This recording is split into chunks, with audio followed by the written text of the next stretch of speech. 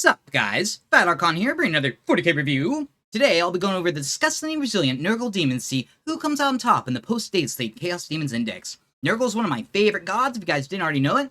Don't get me wrong, I love them all. It's sort of like a parent with children. I love them all equally, but I love Nurgle equally the most. Regardless though, they have some of my favorite sculpts in all of 40k, and they've been doing really good in 10th edition. That's kind of surprising, because in most editions, they kind of struggle. Sure, they have, like, a few standout units, but I remember 9th, you didn't really see them that often, like, competitively speaking. 8th edition, they definitely had issues. But now, especially after the Dataslate, genuinely, we're probably looking the best we've ever looked with Nurgle. And I do think most, especially, like, mixed demon lists, I think you bring at least, like, one Nurgle unit, like, at least one's, like, an auto-include. Hopefully, at the end of this video, you see we actually got a few of them. As usual, if you haven't already, please consider liking and subscribing. At the very least, you guys could hit that thumbs up. It really does help the channel, like, more than you know. Helps the metrics, makes me feel good about doing these. So if you don't mind taking a moment, at least if you enjoy the content, take a moment to hit that icon down there. That would be appreciated. Also, got to send a shout out to all the channel supporters. So, Nick, Sellers, Tim, I forgot to put your name in the last video. Dude, that was definitely an accident. You're one of the OGs. I would never do that on purpose, so my apologies. If anybody else would care to support the channel, I will post a link to my Patreon down below, and you can become a member through YouTube as well. Don't worry, I won't be forgetting anybody's names anymore. I'm gonna start keeping a master list so that, yeah, I can't, like, edit it out on accident. Regardless, like I said, Nurgle's one of my favorite gods, so I'm pretty hyped up to do this, and it looks like we're gonna start off with one of my favorite units in the history of 40k, Nurglings.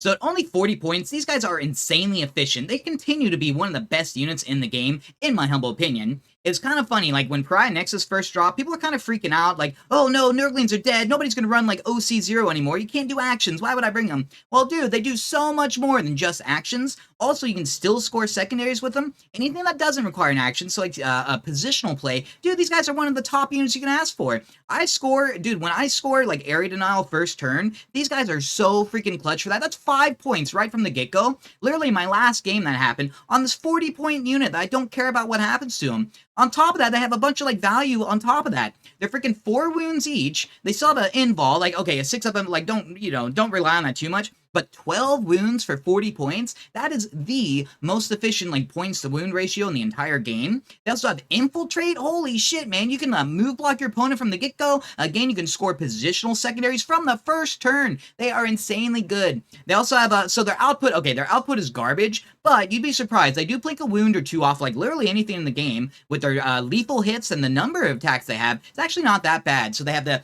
Disease Claws. Again, lethal hits, 4 attacks each. They do hit on 5s, but 6s are lethals. Strength 2, no AP, 1 damage each. Dude, and the best part about it, both you and your opponent, you guys get a good laugh whenever they do a wound on, like, a Chaos Knight or something. It's hilarious. I love it.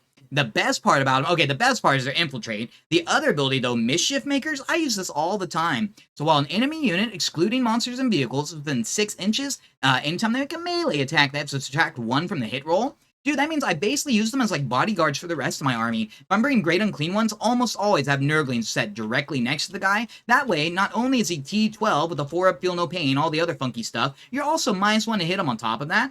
At 40 points, Nurglings continue to be one of the best units in the entire game. I think any and every Chaos list, whether you're doing, like, a Mixed God or Mono Nurgle, I think you bring at least 1 Nurgling in. Me, myself, I bring at least 2. Usually I bring 3. Dude, and you can totally bring 6 squads of them, and it gets kind of outrageous. These guys definitely, they go straight to S tier, so we're starting off with a banger here. Straight to S tier. I don't think it's that controversial. That said, I would love to hear your guys' opinions. Maybe I'm crazy. Maybe they do suck. Maybe the fact that they can't do actions, like, terrible. Don't be afraid to leave a comment below with your guys' thoughts, but me personally, I don't leave home without at least 1 Nurgling.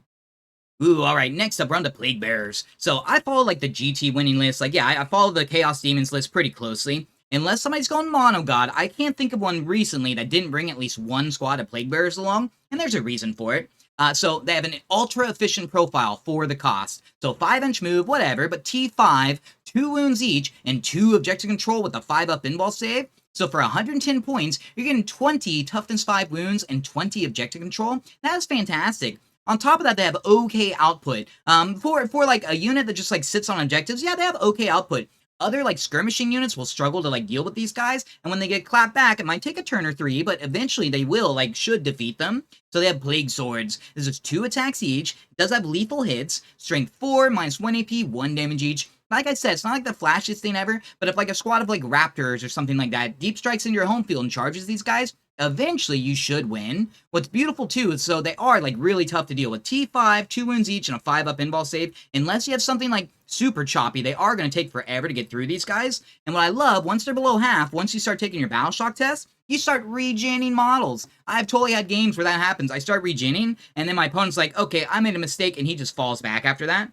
One of the best parts of these guys, though, is their ability. So, Infected Outbreak, basically you get sticky objectives. That's such a gigantic deal, especially for demons. Basically, how I do it, I always start them on my home field objective. And dude, you can just leave like a single base on your home field. Like, it's not that big a deal if you move them all or not. And then, yeah, it's stickied. I don't have to worry about leaving people behind. Depending on the mission, and especially in Pariah Nexus, you don't really have to defend your home field objective like that hardcore. At least not like you used to. It's such a big deal, man. So again, I don't worry about them for like damage output or any of that sort of stuff. So I'm advancing them everywhere. So even with that 5-inch move, like they're really, they're not that slow, man. It's not like a 4-inch move or something. They're not Death Guard. On top of that, you do get Demonic Icon and the Instrument of Chaos, so you can improve your charges, and a 6-up leadership going to a 5-up leadership when you're in your Shadow of Chaos. Holy shit, man. Plaguebearers, they're one of the best as well. Yet again, yeah, dude, they're going in S tier. I think, personally, I do think Nurglings are better. I think, like, Nurglings, any and every Chaos Demons list, like, period, you bring Nurglings. Plaguebearers, you could not bring them along. Like, definitely, I could see the argument for not wanting to bring them. Me, personally, I bring one each and every time, and for sure, man, they performed, like, fantastic for me.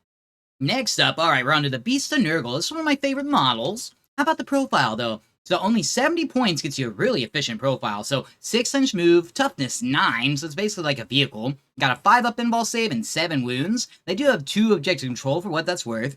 Can run on squads of 1 or 2, by the way. Their output is, again, pretty decent for the cost. So, Putrid Appendages. This is Devastating Wounds, 6 attacks, only hits on 4s, but strength 6, minus 1 AP, 2 damage each. So that's pretty awesome, man. Like, Nurgle's getting, like, pretty okay damage going out there on pretty damn good profiles as well, or good stat lines, I should say. His ability is pretty awesome, so Grotesque Regeneration. At the end of each phase, if a Beast and Nurgle model in this unit has lost any wounds but is not destroyed, it regains all of its lost wounds. That's fantastic. Maybe maybe somebody shoots it with like a Melta or something, only pinks off like, hell dude, maybe they pink off 6 out of 7 wounds. Well, if they don't have anything else to finish it off, it was all for naught, dude. Basically did nothing. So that is pretty awesome. That means smart opponents know not to shoot at these guys unless they're like near guaranteed to take them out. And with the 5-up invul save and the toughness 9, it's never guaranteed. Like, at most, you'd be wounding them on a 3-up most of the time. So that is pretty, like, yeah, dude, that's pretty awesome just on its own. So these guys, me personally, how I would use them, I'd run them sort of the same way I do, like, Plaguebearers. I would just keep them on my home field objective. Them being only a single base, like, that does have some uses to it. That means you can hide them, like, behind terrain a bit easier. On top of that, they are beasts, so that means you can get through walls, all that sort of stuff. With the 6-inch move, they're slightly faster than the others. I wouldn't really use them offensively, like, and truthfully, I haven't really tried them that way. Every time I bring them, I do exactly that. I just leave them on my home field objective, don't really bring them out. I know some people have been, like, testing these guys more, and I don't think they're bad at all. I think they're perfectly, like, valid. You could bring them in the list, and they should perform fine. Again, just for, like, sitting on objectives, maybe doing actions, that sort of thing. But overall, I think we do have better options when you really consider it. It's an efficient profile, efficient stat line. I think I'm just gonna put them B tier. I think that's fine. They're just, like, solid all around. Nothing, like, too standout. You can attach a Slimux to them, which we'll get to here in a bit, and that is, like, a fun route to go, especially if you're trying to, like, protect Slimux. But overall, I think they're just, like, yeah, I think they're just, like, a good unit. Nothing too flashy, but nothing bad at all.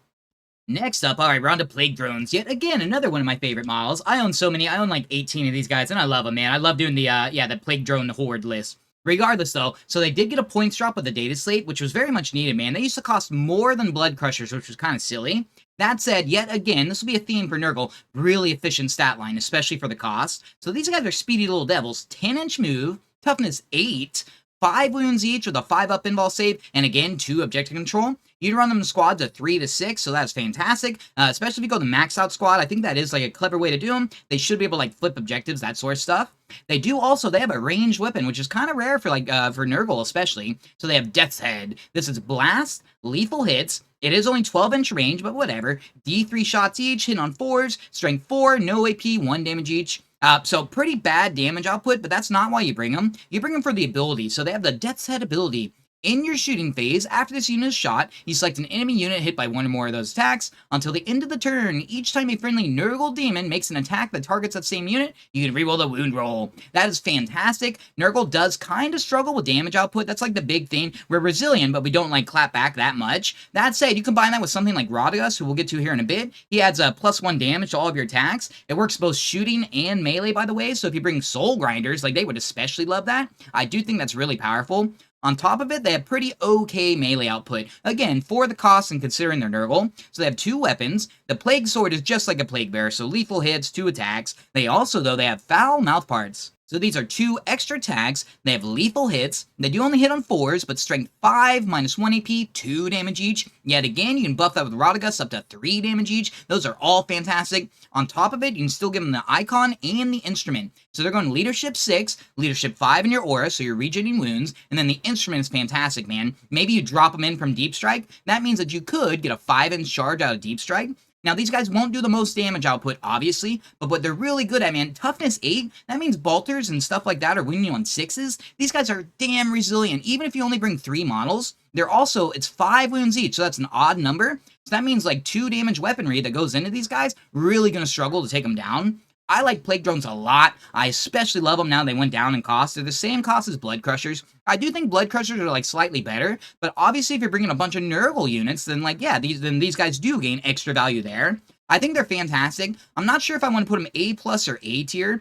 Ooh, that is a tough choice. If you're going mono Nurgle, I kind of think they go up to A+, maybe even S tier if you're going mono God. If you're going mixed God, I think they are just A tier. You'd want to bring a bunch of Nurgle, obviously, and you don't have to bring that much. You can just bring like Rotigus, Great Unclean One, and some of these guys. I think that's valid just on its own. But yeah, for now, I think A tier, I think that's a fair placement for him. Next up, alright, we're on to the Soul Grinder. This is such a great looking model, especially in Tabletop Simulator. Regardless, he too went down in cost. Like, out of the blue, he dropped 10 points. He's down to 180, which is like, dude, when you consider the stat line and the profile, that's fantastic. So the stat line's amazing. So, 8-inch move, toughness 11. He has a 3-up save and a 4-up invul, so that's awesome. He has a real armor save. 14 wounds and 5 objective control. That's the same objective control as a Greater Demon, so already, dude, just the stat line alone, like, that is amazing. On top of that, he has a bunch of weaponry, so he has two range weapons. He has Harvester Cannon, and when you go Nurgle, you got Flame Bombardment. So the Harvester Cannon, what, it's 36-inch range, 3 attacks, strength 10, -1 AP, 3 damage each. So that's awesome. That's like a very like universal profile. You can plink wounds off vehicles and like infantry, so I definitely like that. When you go Nurgle, you got the Flame Bombardment, so this is Blast, indirect with lethal hits, so all those are pretty good. Again, 36-inch range, so he's got some reach. D6 +1 attacks, hit on 3s, strength 7, -1 AP, 2 damage each. Now, when you go indirect, that is awesome, by the way. Maybe they got a scout squad hidden away, interceptor, or something like that. You can still hit them. Sure, you only hit on 4s, but still, man, it does add up, especially with that blast. That said, a lot of times, this guy's going to be, like, in your face, so a lot of times you'll still be hitting on the 3s. On top of that, he's got good melee, and this is where he really pops off. Because again, Nurgle, like we have the resilience, but we don't normally have the damage output. Which Soul Grinder doesn't care one bit about that. He breaks the mold when it comes to that. So he's got Iron Claw. This is 5 attacks, strength 16, -3 AP, D6 +2 damage. So minimum 3 up to 8 damage per hit. That is amazing. On top of that, you can give him either the Warp Claw or the Warp Sword. I'd recommend going Warp Sword like every single time. I just like having the more like damage output. So this is 3 extra attacks, hit on 3s, strength 8, -2 AP, D6 damage. So again, dude, you got what? That's 8 D6 or higher damage attacks going out there. That is fantastic. At 180 points, it's so good. Now, he does kind of struggle getting around the board, especially depending how you build him. I'm like a cheesy win at all cost tournament player, whatever. So I build him with the legs like, really narrow, so he can fit through gaps and all that sort of stuff. That said, even if you do build him so he like looks good, rule of cool over everything, even if you do build him that way, you can use your Greater Demons as like drop pods, so you can still deep strike them in. And even if you don't have drop pods, like chances are you'll get your 3-inch or your 6-inch deep strike. Even if you don't, dude, he still has good range output, so like he can still get around the board like pretty easy. On top of that, he does have Scuttling Walker, so he can move over friendly vehicles and monsters. That is fantastic. You're playing demons, man. You usually got a boatload of monsters on the field as it is. He can also move over terrain that's 4 inches or less. That's not that common, but you do see like barricades, those sort of things. Yeah, dude, he just ignores it. Overall, I think Soul Grinder, he's one of the better units in the Chaos Demons Index, and I love him too. He fixes up the other Chaos, like certain Chaos Gods get a lot more value out of this guy than like certain others. So Slanesh, I think he's almost an auto-include, and with Nurgle, he might not be an auto-include, but he's definitely way up there. I'm gonna put this guy, I think he's A+, man. Yeah, I think he's just solid all around. If you need more damage for your list, maybe you only own like 1 or 2 Greater Demons or something like that, very much toss in at least 1 Soul Grinder, very much you could toss in like even 3. Alright, next up, we're on to the characters. So just like every Chaos God, they got a boatload. In Nurgle's case, he's got the magic number, so he's got 7, so that's a good sign, right? To start off, you got the Poxbringer. This guy's only 55 points, so fairly cheap. He has an okay profile, 5-inch move, toughness 5, 5 wounds, and a 5-up pinball save. His melee is actually okay, it's actually pretty decent, so Foul Balesword. This is lethal hits, 4 attacks, strength 5, minus 2 AP, 2 damage each. So that's pretty awesome, man. Overall, Nurgle has like actually okay damage output. We just don't have that many attacks. That's like the main thing going on. His abilities are pretty decent as well. So, Poxbringer. While this model is leading a unit, each time a model in that unit makes an attack, a successful unmodified hit roll of 5-up scores a critical hit. So that's awesome, man. That literally doubles the output of your Plaguebearers, at least with their lethal hits. So that is cool, man. If you're going like a Plaguebearer spam list, which would be a really fun style, especially if you're going like Mono Nurgle or whatever, very much, man, that would, again, add to their output, add to their efficiency that's already sky high. On top of that, and this is probably a better ability in my opinion, he's got Feculent Despair. So this is a 6-inch aura. Each time an enemy unit within 6 inches takes a Battle Shock test, you subtract 1 from the test. So I have seen lists that like rely on that. I think that's sort of like an Australian style. They always do the funky, like cool, like meta stuff. I love Australian lists. But regardless, yeah, dude, they just run this guy even solo, and they just rely on him to like force battle shocks. So you got Skull Cannons, some of the Tzeentch units can force them, all that sort of stuff. They're just forcing battle shock tests. When you fail, they use their stratagem to reroll all the wound rolls. Don't forget, you can have Rotigus involved as well, so you'd be having +1 damage on top of it. Like, yeah, dude, it really does add up. Now, all that said, as much as I like this guy, I don't think he's the best. Me, personally, when I run, like, Plaguebearers, I like to keep them, like, cheap and cheerful. I think they're better just, like, anything that boosts their efficiency, and this guy doesn't exactly help with that. He helps their damage efficiency, but not, like, their resilience. So I don't think he's bad at all, and again, there are certain like playstyles where you could make use of that aura especially. I should have mentioned too, he has a 5-up Feel No Pain, which is pretty interesting. It's kind of sad, Nurgle used to always have a Feel No Pain, and 10th edition, like barely any of them have it, so that is cool, man. That's a 50% boost, so he basically has what, like 8 toughness 5 wounds for only 55 points? Not bad in the least bit. Regardless though, like I said, I'm not super sold on him.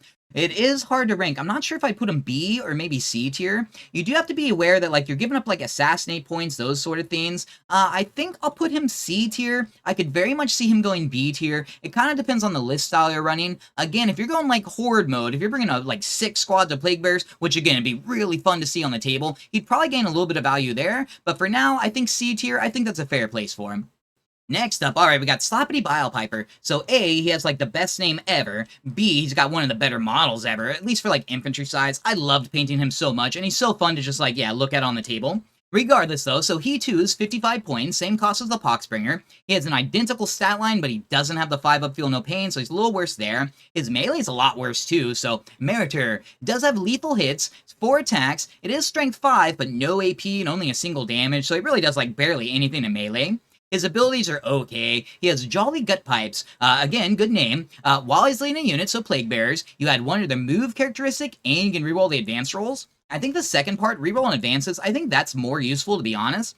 Maybe you're going the like offensive route, or you just want like sticky objectives in no man's land. I pretty much advance my Plaguebearers every single turn, unless I'm playing a like charge or something. There's no reason not to, so I do think that's pretty useful. His other ability is pretty interesting. So, Disease of Mirth. At the start of the fight phase, every enemy unit, excluding monsters and vehicles, within 6 inches must take a Battle Shock test. So that's actually pretty awesome. We just went over that with the Poxbringer. There is a style of list where you're like trying to force the Battle Shocks. And for sure, man, being able to affect multiple units, that's pretty awesome. Maybe you can use your stratagem on like, you get to pick between 1 of 2 units or whatever.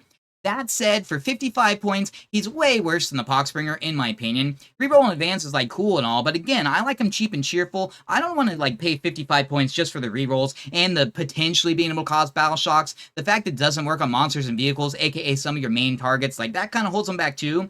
If I was going solely by the model, I'd probably put him in S tier. If I was going by the name alone, he'd go like S++ tier. Unfortunately, though, I'm going to have to put him in D. He might even go in trash tier. I don't know. Again, I'd like to hear your guys' opinions. I haven't ran him much. Like, I love how he looks. I would put him in a casual list. I'd have no problem with that. But competitively, like, you wouldn't catch me like 100 yards from this guy. But regardless, if you guys disagree, don't be afraid to leave a comment below. For now, though, I'm going to put him in D tier. Next up, we got Spoilpox Scrivener. So yet again, one of the better looking models, at least infantry size. I love that guy so much. Regardless though, so he's 60 points. He's a little more expensive than the others. His stat line's basically identical, though he does have a 6-up leadership instead of a 7. Don't forget, you get +1 when you're in your Shadow of Chaos. So that is interesting. When you attach him to Plaguebearers, you have better odds of, like, regenerating wounds when they're down to half size. So that's, that's interesting. He does have a ranged weapon, and again, has, like, the best name ever. So, Disgusting Sneezes.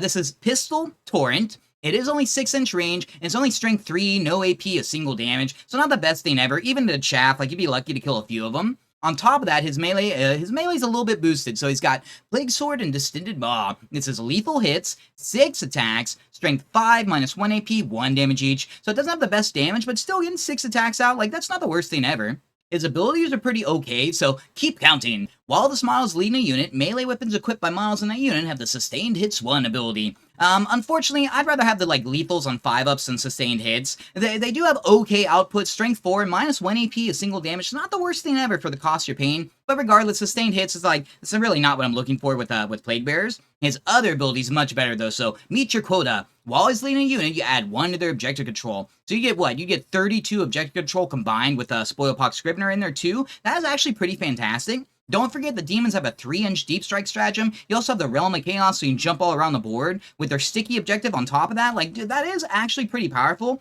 and very much, you can, like, build a list around that, to be honest. I think for casual games, this guy's actually pretty good. If you're doing, like, casual matches, I see, like, no issue with this guy. That said, competitively speaking, and, like, comparing him to the rest of the index and whatnot, I don't think he's that good. I'm gonna put him in C tier. I do wonder, let's see, would I put him above Poxbringer? You know, it's a tough one. I like Poxbringer's damage, and I like his 5-up critical hits better than the sustained, so I do think he'll go right behind Poxbringer, but realistically, they're probably interchangeable. C tier, though, I think that's a fair place for him. Next up, we got Epidemius, everybody's favorite Nurgle character, one of. So, first of all, I'd love to say that I love his model, but I really don't. If you guys ever see it in person, it's like old school resin, all the details really bad. The Nurglings on bottom, you can, like, barely make them out, but I digress. So, he's 80 points, he's a little more expensive. He does have a pretty good profile, though, at least good wounds. So, 5-inch move, toughness 5, 8 wounds with a 5-up invul save, so that's not bad at all. His ability, by the way, he'd actually have a 4-up invul save, but we'll get to that in a moment. His melee's quite boosted versus the other guys, so Bale Sword, Nurgling Attendants. Again, this has lethal hits, D6 +3 attacks, strength 5, -2 AP, 2 damage each. Again, I'll mention a lot, you can boost it up with Rotigus. That would give you D6 +3, 3 damage attacks. Then you're really cooking. His abilities are pretty damn good, though. So his first one, Blessed by the Plague God. While he's leading a unit, so Nurglings, they all get a 4-up invul save. That's actually really powerful, and for sure, I've even like GT winning lists, I have seen them run them with the Nurglings, just because a 4-up save on such an efficient profile, that is pretty damn good. On top of that, he has Tally of Pestilence. So basically, you keep a tally of how many models your friendly Nurgle Daemons have killed. Anytime in your command phase that you killed 7 or more, you gain a command point, and then you reset the tally. That's the only form of a CP region that Nurgle has access to, so it's pretty awesome. That's something, like, unique to this guy. He and he alone has that. So overall, I kind of like him, man. A 4-up invul save, very strong, and then all the damage that he's getting on top of that, like, again, that's great, man. 8 wounds on 80-point profile, not bad in the least bit, when you have the 4-up invul save on top of that. Overall, I like him better than any of the other characters. I don't think he's fantastic. So I mentioned it, you see him in GT winning lists and that sort of stuff. That's other people's style. My style, again, I love him cheap, man. 80 points, I could almost afford a whole new squad of Plaguebearers. I'm just gonna put him in B tier. I do think maybe he goes above the Beast of Nurgle, but B tier, I think that's fair. Yet again, I'd love to hear your guys' opinion, because I know a lot of people love Epidemius. He's one of the more, like, popular, like, Nurgle characters, so again, don't be afraid to leave a comment below. Ooh, alright, next up, we're on to one of my favorite models in the history of Warhammer, so Horticulous Slimux. I'd run 3 of this guy every day if I could. I just love looking at his model so much. Whoever did his sculpting is amazing. They are so talented, and GW must have given him, like, free reign, because I've never seen anything like it. The slung on the bottom's all, like, cartoony. I just love it. Anyways, I'm gushing over the model. How about his profile? Personally, I don't think it's that bad, man. For 120 points, I don't think it's bad at all. So, 6-inch move, he is a little slow, but you can deep strike him. Toughness 10, he has a real armor save, so 3 up armor and a 4 up invul save, 10 wounds and 2 objective control. Now you can attach him to Beast of Nurgle, and truthfully, depending on how you're going to play him, that's probably the way to go. Beast of Nurgle will give you an additional 14 wounds on top of his 10. He's already a pain in the ass to chew through, so I do see some value there. On top of that, he's got pretty good melee output just himself. So, Acidic Maw, this is devastating wounds, 2 extra attacks. They do only hit on 4s, but strength 7 minus 4 AP, 3 damage each. 4 AP is some of the best all in Nurgle, and just for demons in general, that's pretty up there. On top of that, he has Lapping Shears. These are lethal hits, 4 attacks, strength 6 minus 2 AP, and also 3 damage. I know I mentioned it before, but you bring Rotigus along, those go up to 4 damage each. You bring the freaking, the Beast of Nurgle, they'd have a boatload of 3 damage attacks on top of that. I think that does all add up and gives you some of the best, damage output of all in Nurgle. On top of that, he has Beast Handler. So while he's leading a unit, you can reroll your charge rolls for that unit. That's a big deal if you come in from Deep Strike, so you come in 6 inches away. Getting that reroll basically saves you a command point and definitely helps make up for a slower movement. That would definitely be the route I'd probably consider taking this guy. On top of that, the second part of it, once per battle, you get a free heroic intervention. That's not bad at all, man. Not only does it help you do damage to units, maybe surprise somebody that wasn't expecting it, it also helps you with movement, so I do like that a fair bit. On top of that, he had Seed the Garden of Nurgle. So this was way better before the Dataslate, now just alright. At the end of your movement phase, if this model is within area terrain, until the end of the battle, that terrain is considered to be within your Shadow of Chaos. So what's cool, that's not once per battle or anything like that, so you can do it as many times as you want to multiple pieces of terrain. That said, after the Dataslate, it did lose value. Now the Greater Demons always have a 6-inch Shadow of Chaos aura. It's really not as useful as it was before. All in all, I really like Horticulous Slimux. Surprisingly, you really don't see him in that many competitive lists. I'm not too sure why. Maybe he's maybe with the Beast of Nurgle, maybe it is a bit too spendy. The slow speed and having a monster keyword, that does kind of hold him back, because he will have to go around terrain, all that sort of stuff. But me personally, at 120 points, I like him a lot. Again, I really love the model. If I was going solely by model, dude, he'd be in the stratosphere. But I'm going to put him A tier. I think he's just solid all around. Yet again, I know I've said a bunch, but I would love to hear what you guys think. Have any of you ran Slimux, and did he do well for you? I'd love to hear your guys' experiences. But again, I think he's just solid all around. Definitely a fun model to throw in pretty much any list. Ooh, alright, next up, we're finally on the Greater Demons. So to start off, we got Great Unclean One. If you guys have been following demons, at least competitively, you have definitely heard of this guy, and there's a reason for it. So first of all, he's outrageously cheap. Yeah, dude, he's crazy cheap. He's only 230 points. He's the main reason you don't really see me bring up Demon Princes. For what, 40 points more, you essentially get double the stat line. So the stat line is incredible. So 7-inch move, relatively slow, but toughness 12. He has 20 wounds and 5 objective control. So all of those are already fantastic. I should say, too, you always run this guy with the enhancement. Hands down, no questions asked, you put the enhancement on this guy. That gives him a 4-up Feel No Pain. It's permanent now. Now that he always has the Shadow of Chaos, you will always get it no matter what.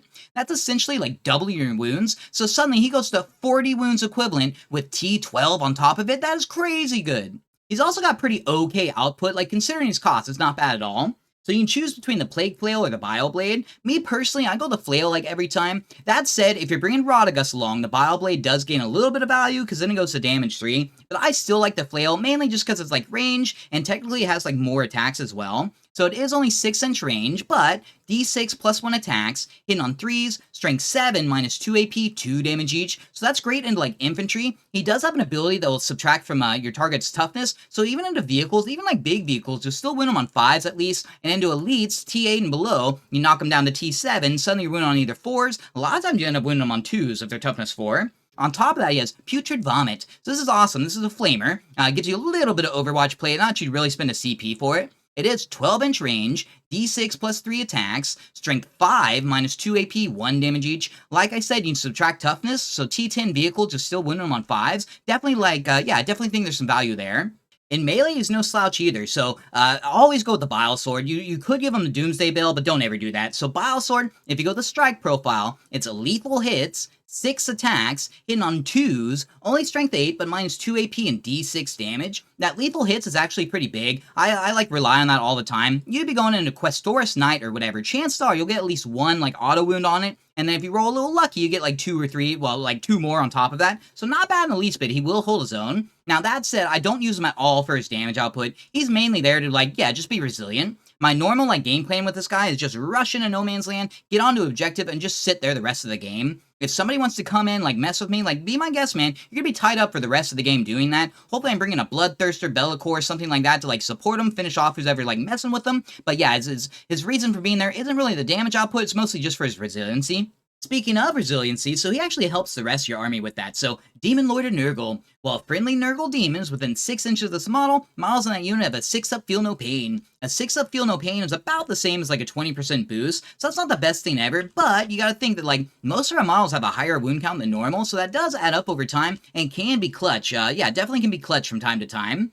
His other ability's probably better, so Nurgle's Rot. At the end of your movement phase, you can select one enemy unit within 12 inches of this model. Until the start of your next movement phase, subtract 1 from the toughness characteristic. So that's fantastic, man. Especially if you're going Mixed God, like that affects everybody, not just Nurgle units. And like I mentioned earlier when I was going over his weapon profiles, helps all the time into like T10 vehicles. T4 units are going to hate it as well. Now you're suddenly wounding them on 2s all the time. I've even had to into, I think it was Blue Horse. I knocked him down to, it was either T1 or T2. That came in clutch before. So lots of ways you can use that.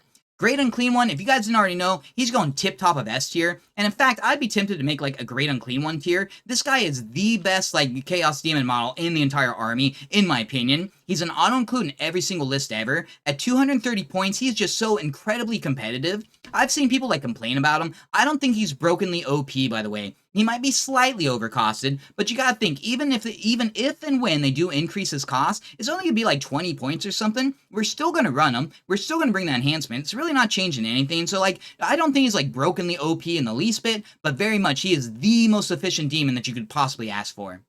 Ooh, alright, finally, we're on the last model, so Rotigus. I love, yet again, this common theme, I love his model so much. And here's a pro, like, modeling tip for you, if you want to do it. Let's say you only own one Great Unclean One, you're not sure how to build it. What I did myself, I put Rotigus's head on there, and I magnetized the loadout options. That way you can run either or. Because personally, how I run it, so if you're running Chaos Demons, I think Great Unclean One every single day. If you use him as an ally, I do think Rotigus might be better, because you can't bring the enhancement if he's an ally, so just a random little tip for you guys. Regardless though, so he's the same cost as Great Unclean One, and debatably has a better profile. Unfortunately, again, so he's an epic character, so you can't give him the enhancement. That's the one downside to this guy, but otherwise, yeah, most of his stats are a bit better.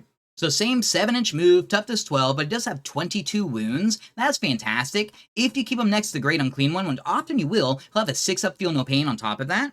His range weaponry is way better. So this is Streams of Brackish Filth, excellent name. This is 2d6 attacks, devastating wounds, ignores cover and auto hitting. It is only 12-inch range, but again, 2d6 attacks, strength 7, minus 2 AP, 1 damage each. So this is something you might spend the CP for if it's for Overwatch play. That can be a big deal into like single wound infantry, those sort of things. On top of that, melee is no slouch either, so Gnarl Rod. If you go the strike profile, this is lethal hits, 7 attacks, hit on 2s, strength 8, minus 3 AP, 3 damage each, technically. Realistically, you can get up to 4 damage each because he has a really good ability, so Virulent Blessing. At the start of the fight phase, you can select an enemy unit within 18 inches invisible.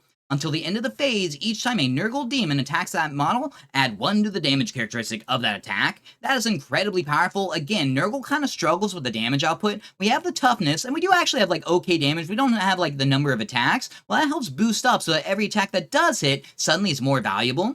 So overall, it's hard to rank like compared to the Great Unclean One. Like I said, if you're going pure Chaos Demons, you're not using them as allies, I do think Great Unclean One like edges them out. If you use them as an ally, I do think like, yeah, I think having the Flamer, having the guaranteed 3 damage, well, 4 damage each attack, I think that has a bit more value on it as well. He especially meshes well with like Plague Drones, they love having him there, so there's a boatload of value to Rotigus, and I love his model so much, especially like the, the maggots in his mouth, everything's so beautiful about this guy. Overall, like, I'd be crazy not to put him in S tier. I'm not sure, but I put him above Nurglings.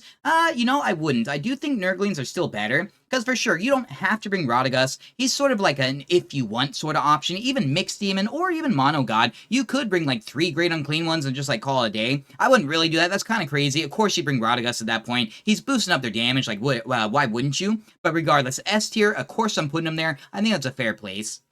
So that's all of them. Let's see, is there anything I want to change? I'm a half tempted to put Plaguebearers down to like A+, but truthfully, I'm not gonna. I think they are an auto-include for pretty much any Demons list. Again, if you're going Mixed or Mono, you bring at least 1. That's sticky objectives and the great profile, just like 2 worth it.